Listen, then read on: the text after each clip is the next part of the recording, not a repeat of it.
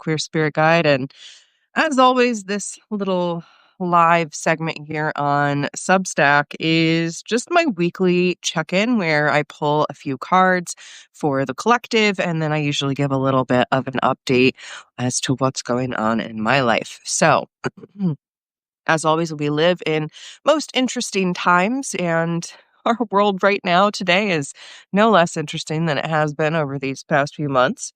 So, however, you're being impacted by what's going on in the world right now, I just want you to know that I see you and I love you, and I really am envisioning the best for all of us, and that includes you.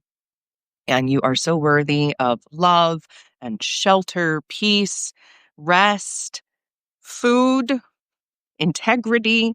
You are all worthy of all of those things. So just want that to be a reminder as we, land in these tumultuous times to anchor back into what's here, what's real for us, what's good for us too. That is so important. So I am back again this week to pull from the Wild Mystic because I'm still continuing to get to know this deck and I'm just in love with it. I don't remember if I shared last time, but this deck was one that I had that kind of call of, I'm ready for another deck. I don't like to buy stuff, but every now and then I get a tug, and I was feeling like, oh, it's time to get a new deck. And I looked through probably 40 decks, and this deck was probably about number 20 and didn't even read much on it. I just looked at I was going off of the feeling, the energy, the art, and I was just in love with the art. So it was probably deck 20-ish of the 40 I looked at, and I couldn't stop thinking about it. In fact, I came back the next day and I was finally like, okay, I'm buying this one. And then I got it home and I cracked open the book and I realized that this whole book uses druidry, a lot of druidic symbolism and stories. And I was just blown away because, of course, I have been stepping ever more into my druid identity here recently. So, hi, Holly. Good to see you here. Um, I'm just going to tune into what the cards want to say, as we land here in the space and time. What messages do we have from the animals for what we need to remember and what we're being invited into? All right. So the first card we have is the monkey, and this card is play. These are so shiny. So the monkey is reminding us that play is essential. We must absolutely remember to play, to have fun, to be ourselves. This is actually bringing up a huge story from my past. I used to go to this retreat. It was a 4-day camping event up in the hills of Massachusetts, not the hills, the mountains of Massachusetts. And they had groups that were themed off of animals, and you would sign up for 3 of the groups and you would get put into one of them. For the actual experience. And my very first year, I was this scared little early 20 something, barely fledgling into my druid journey. And I signed up for the monkey group, and the monkey group was all about drumming. And we just spent our days in the woods drumming and playing, making beats and rhythms and just having so much fun. And it cracked me open in all the ways. So may playing remind you of that internal youthful spirit. Look really closely here at the sort of sock puppet pattern that this monkey has, almost like he's made of cloth. And we have a tree of life, and we have a spiral woven into an infinity symbol. Like, we have so many beautiful symbols here. So just connect with that and see what it's inviting you into when it comes to playing. Our next 2 cards actually came up reversed. And so I will pop open the book and read we are just having like a crazy hair thing happening here. We'll pop open the book and read the shadow meanings for these. But the first one was create, spider. And again, this was reversed, but we have these sunflower type mandala shapes behind the spider with the web, and this beautiful floral print on the spider too. So spider here is reminding us that we need to create. Now, immediately with it coming up in shadow, so that was reversed like this, I get the sense that we are being reminded not to take our creations too seriously, but to remember to create, that we need to express ourselves, but it doesn't have to always be precious or artistic, like in an artistic purpose. It can just be creation for the sake of expression. Hi, Jillian. Good to see you too this morning. Um, so the shadow message for spider is it indicates a creative block or stagnation. It is the cobwebs that form in your mind when it's dusty and littered. It may also be urging you to try and find your creative voice once more after it's been lost in the mire of other people's demands. Make art for yourself and no one else, and try to rediscover your footing on the delicate web of creativity. So that's so much of what I'm seeing here is like the judgment of our own creativity, feeling like it has to be done a certain way, or it has to be perfect, or it has to be this or that. And so we just don't do it and we get stuck. Uh, that is what Spider is encouraging us not to do. Spider is encouraging us to create and to not take it so seriously because you're allowed to express it just for yourself. So if this week you are sitting with a big energy. We just had Samhain. We're still in this sort of liminal transition space towards the winter solstice. If you're longing to create something out of that fertile dark soil that's deep down within, to express some of what's making sense in your life right now, or what you're integrating, what you're recognizing, this is Spider's invitation. Don't let it be blocked. Just let it be for you and express what needs to be expressed.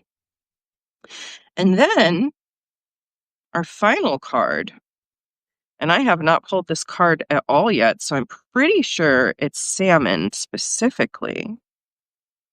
But let me just double check here. Yes, it is salmon. So we pulled salmon, determination.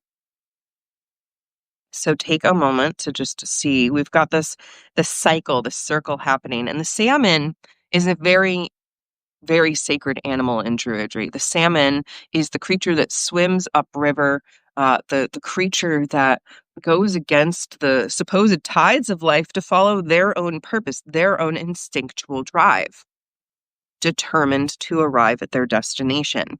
And this one also came up reversed. So, as we are determined to set forward into the next path for us, we are likely going to face those blocks, those obstacles, those same things that the spider was warning us against, the blockages and the stagnation. So the salmon is saying it can feel like we're lost on our path sometimes. We may take a new pathway, stream, or rivulet, and they seem like a new direction altogether. You might feel lost or like you've made a bad decision. Try not to focus on the feeling of deviation and instead focus on the journey. Rivers lead back to the sea eventually. So I know some of us here in the room have some significance with river symbology right now. And so I just really invite you to be with your own experience of your own inner river, this spiritual source, which returns to the sea, it returns to source. And how can you flow with life instead of against life? How can you really allow yourself to just drop in and stream along?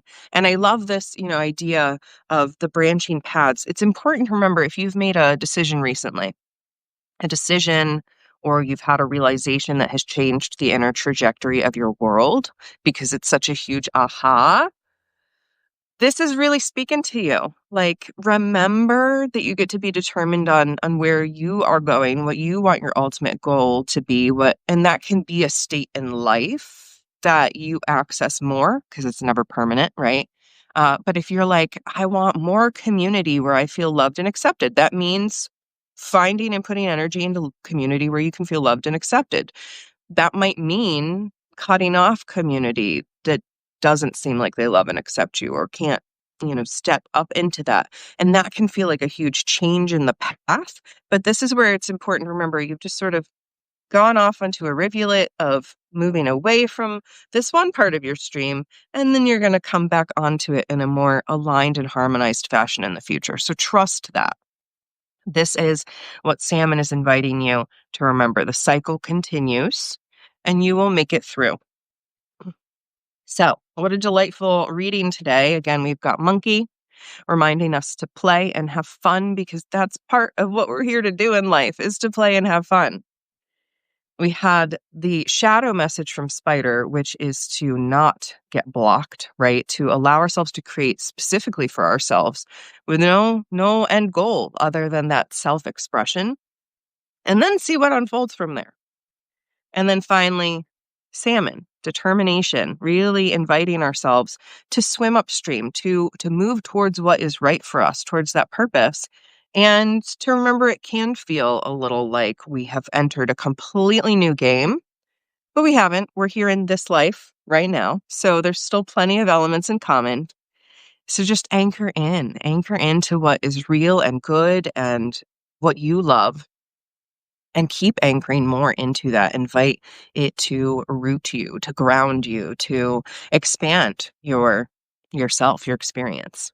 So, um, other than that, I just want to give my own couple little updates of where I'm at, since this vlog also serves as that anchor point. So, on the personal note, today, I'm hoping to wrap up working on the park house. I've written a lot of blogs about the process. It's been ongoing. I think we're on like week 8, weeks 9. Time is meaningless to me at this point. But we have been getting our house ready to go on the market, and tomorrow is the photographs. So today is our final going in and kind of dusting everything and making all the surfaces look good and getting all of the cleaning supplies out so that it's photo ready. And I'm really looking forward to being done with that because, oh my gosh, what adulting it is to be putting a house on the market. I've learned a lot of things. I've learned a lot of things about my values. I will say that. And other than that, I have just been continuing to brew in my novel. I know. Thank you, Jillian. It's a lot. It's a lot. It's a lot. And literally, once we're done with today, we just have to clean the oven and the microwave because those obviously can't be seen in photos. And then it's going on the market. It has its real estate sign in front of it and everything. But yeah, I'm really excited. In fact, I'm gonna wiggle back here on the bed and grab something because I'm just so excited for this. So I have this treasure box that I am going to paint, and I'm going to paint it to be in the colors of my novel cover. And this is my little author treasure box where I'm going to put all of my canon notes for the events, the characters, etc., the technology as it's set in stone, so that this is its little this is the canon box. It's literally where the stuff that's set in stone goes. So I'm really excited. I'm planning to paint this soon, read through my first novel completely again, just to completely immerse myself back in the characters, immerse myself back in what the heck we were doing and where we were going and what everybody's personality has done by the end of the book. Because of course I wrote that book 3 times with all the drafts. So really anchoring myself into where we have just come from, put my notes in my little treasure chest to set them as canon, and then just writing book 2. So I'm really, really excited about it. I know I actually I get animated when I talk about my books because they really are my highest calling. So I can't wait to be done with the house because I know the house has been eating up most of my reserve energy for a while now. So relinquishing that and turning it over to the real estate agents is going to literally bring me back just this huge chunk of energy that's been in reserve. So I'm really excited to see what happens with the book. If you've been following along with the blogs, you know I've been really struggling with being public about my writing and sharing about the book, and that I actually have it published and all of that. So I'm going to try and do more of that because I really do believe in my novels, and so many of you have supported it and read it, and people are waiting for book 2. So I want to allow myself to be in my highest calling, and that means allowing myself to really be immersed in my author lifestyle. So thank you so much for those of you who support me. And again, I hope the message this week was really helpful for you in some way, that some part of it landed for you, and that one of these cards can be your companion. Please don't hesitate to work with these animal guides. Like, all of the cards I ever draw, the archetypes, these symbols, are things that we can work with subconsciously, spiritually, intentionally, to play with. So maybe you call on monkey spirit to help support your playfulness. Maybe you call on the spider to help you weave. Funny enough, spider is my writer guide. They start showing up in my house when I don't write enough. Fortunately, they have not shown up in my house in a while, so I guess we're on the right track. But then salmon, what energy comes to you when you think of swimming upstream? What is your stream you're willing to swim up? That question just came through hot. So, thank you so much to those of you who are able to tune in live today. Holly, Jillian, and I think Bees dropped in. I don't know you personally yet, but I'm glad you're here. And until next time, my friends, I'm Safrianna Lughna, the Queer Spirit Guide. Don't hesitate to reach out, and just do notice I'm currently on some social sabbaticals from platforms other than YouTube and Substack. So I will see you next week live with another video. Actually, next week I will also be live to do, no, it's this week. I will be live to do an interview with some of my friends, Amy and Nancy Harrington, who are actually instrumental in helping me finish the beta copy of my book by giving me some really calculated and targeted feedback. So they were instrumental in the final copy of The Wincing Sorrow. And I will be interviewing them live this week over on YouTube. I'll be sure to post about that here, but don't hesitate to follow me wherever you get my content. So, yay, Jillian. I'm always glad when you're here too. I love you all so much. I see you, I believe in you, and I'm cheering you on. Until next time. Bye for now, my beloved friends.